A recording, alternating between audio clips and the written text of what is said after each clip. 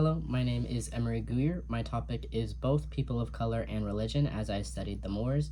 The Moors are a diverse ethnic group of Muslims that came from North Africa and lived in the Iberian Peninsula for hundreds and hundreds of years.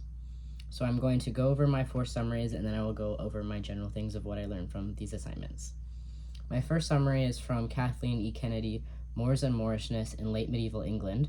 What I learned from this is that the Moors were actually very prevalent in medieval England, so much so that wealthy Christians actually spoke and understood Arabic, and wealthy Christians prized Muslim goods as luxuries. Even if they had Arabic Muslim scripts on them, they really desired these luxury goods.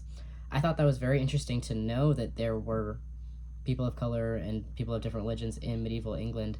I feel like I thought it was very homogenous, but it was surprising to hear that it actually wasn't, and that diverse people were prevalent in medieval England. My second summary is from Alvarez Miranda and Cecilia Esveri Mayer, From Moors to Muslims, the Evolution of the Spanish Public Debate. What I learned from this is how the term Moors kind of got phased out. So people don't really use the term Moor anymore unless they're talking like historically to like define a certain group of people.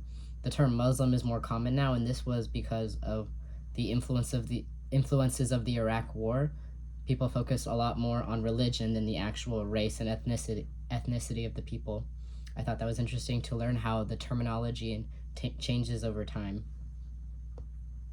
My third summary is from Alan Forey, The Military Orders and the Conversion of Muslims in the 12th and 13th century. So this is focused on the times of the Crusades. And what I learned is that the Christians actually were not focused on converting people to Christianity. They really wanted just to focus on the Holy Lands and maintaining power over the Holy Lands, which is modern day Palestine, for at least what Forey was focusing on. Another reason that the Christians didn't want to convert the Muslims was because of economic reasons. The Muslims were slaves, many of them were slaves, and many of them paid much higher taxes, so the Christians needed Muslims to exist so that they could stay in power and have wealth. That was interesting to see how the dynamics are kind of forced there.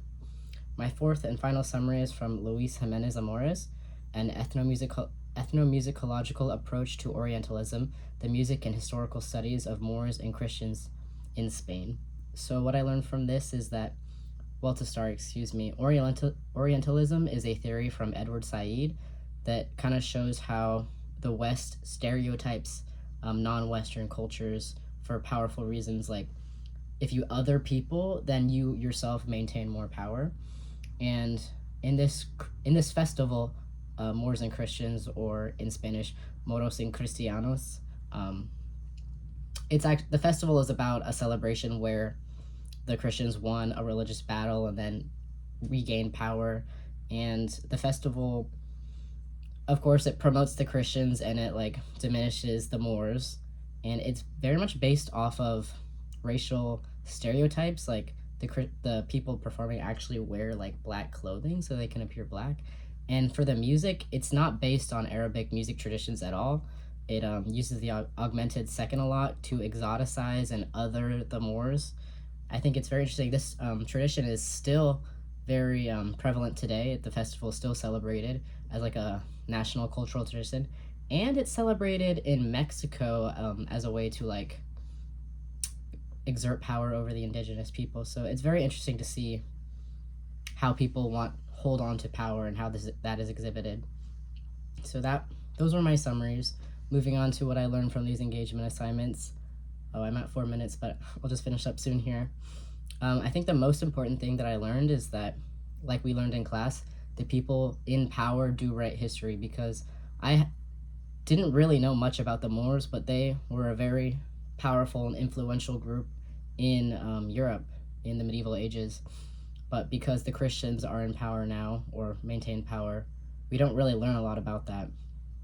Something that surprised me was the prevalence of diversity in medieval Europe. I had no idea that medieval Europe wasn't really that homogenous, and that is, again, because history was written by the Christians in power.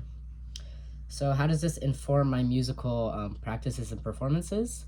Kind of like my last summary, where I learned that like this festival that's about Moorish music isn't actually based in any Arabic music traditions.